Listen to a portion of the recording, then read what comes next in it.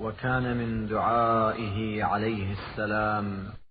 إذا دفع عنه ما يحذر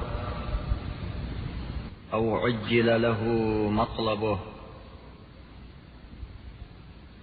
اللهم صل على محمد وآل محمد. اللهم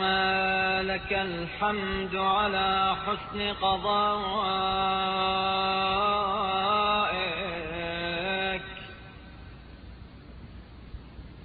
وبما صرفت عني من بلائك،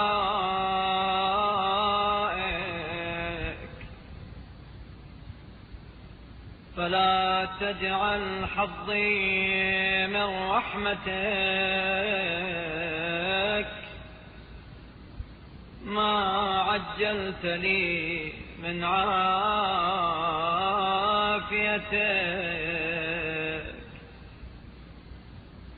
فأكون قد شقيت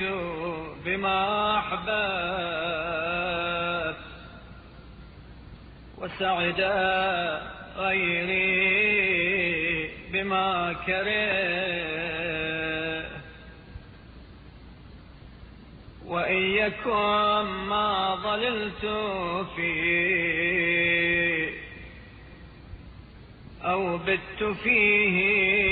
من هذه العافية بين يدي بلاء لا ينقطع ووزر لا يرتفع، فقدم لي ما أخرت وأخر عني ما قدمت،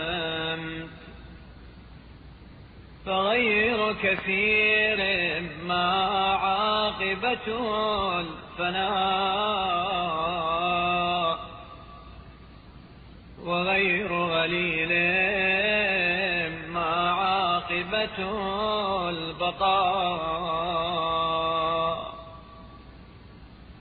وصل على محمد وآله برحمتك يا أرحم الراحمين। जब कोई मुसीबत बरतरफ हो या कोई हाजत पूरी हो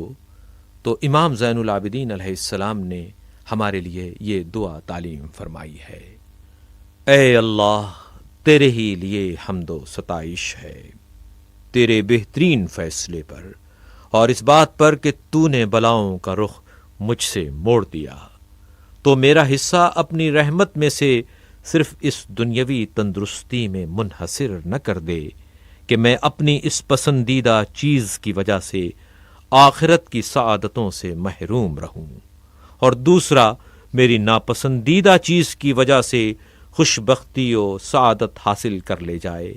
और अगर ये तंदुरुस्ती कि जिसमें दिन गुजारा है या रात बसर की है किसी लाजवाल मुसीबत का पेश खैमा और किसी दायमी वबाल की तमहीद बन जाए,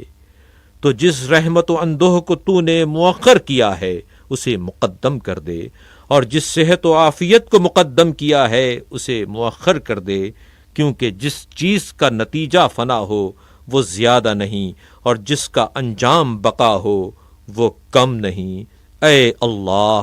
तू मोहम्मद और उनकी आल पर रहमत नाजिल फरमा।